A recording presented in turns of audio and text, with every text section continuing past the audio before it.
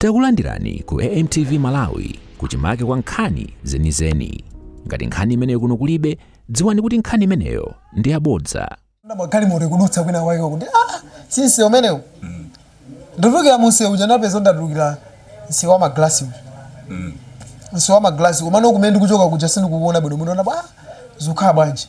Namba kumayenda nse uja. Kuma nangaona kuti nse uja wa maglasi uja naudziwa chifukwa chokuti paujeni pa kona pa njanje pa naziwira njanje fwa ntangodukira nazaona njanje tuli apo gamoto imapanga break nditu kupanga engine pa njanje ntaenda pako ndafika pa njanje pa ine kuona uku ndi pa njanje pacha ningaende bwanji kundipite kunyumba munthu ndi makhala cha kumbayano kuona njanje ija nende kuopya so kundathawa zopya mwamwa iso mwayo kaoka ine simzota anthu kana la ajani kumano nango zoti ne kumalo kunatani nacho kako nathawako keno basi nangoda inecho chika ndichitike kumene ndapulumuka kuja kuku ndikafuna kufa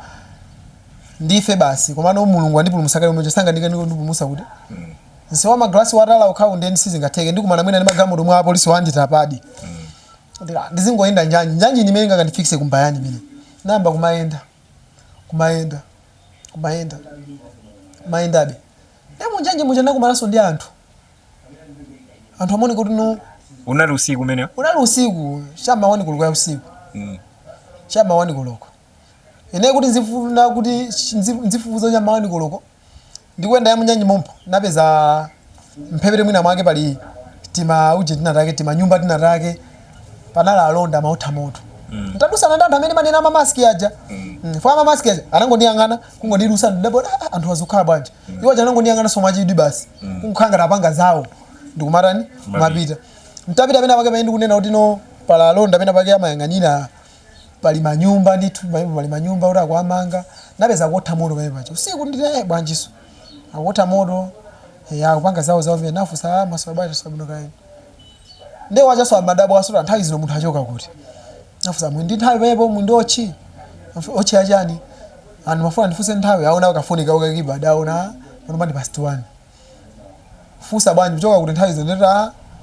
ndichoka nangu ankha ndichoka kusindi mantha ne ningafana ndapempha alonda aja kuti mwina ningopempha ndigone apa poko aja mama wanditani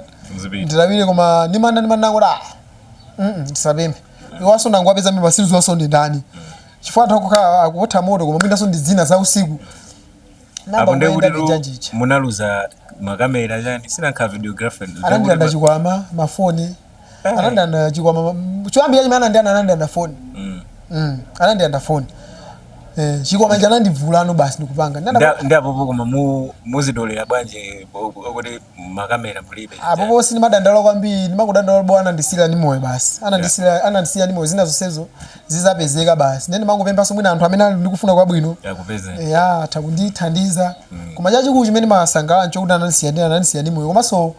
mwina ndimaona ngati ndipemphero limene ndandipangisa kuti anthu amene wamwina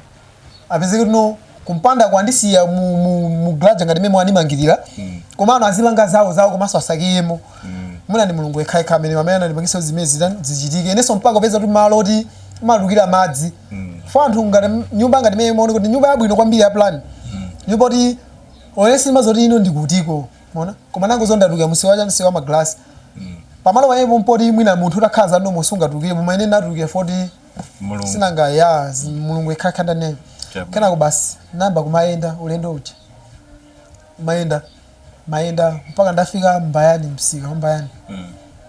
ndafika msika wa mbayani zapeza no basi ndimapeza no anthu meme jamo amene amapanga ma business awa madengu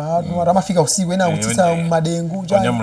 anthu amangonda munthu amene nthawi zinachoka kuti matuthuno mene momo kunali kuyenda tosali masemera kana ndafika nsewa zalewa kuti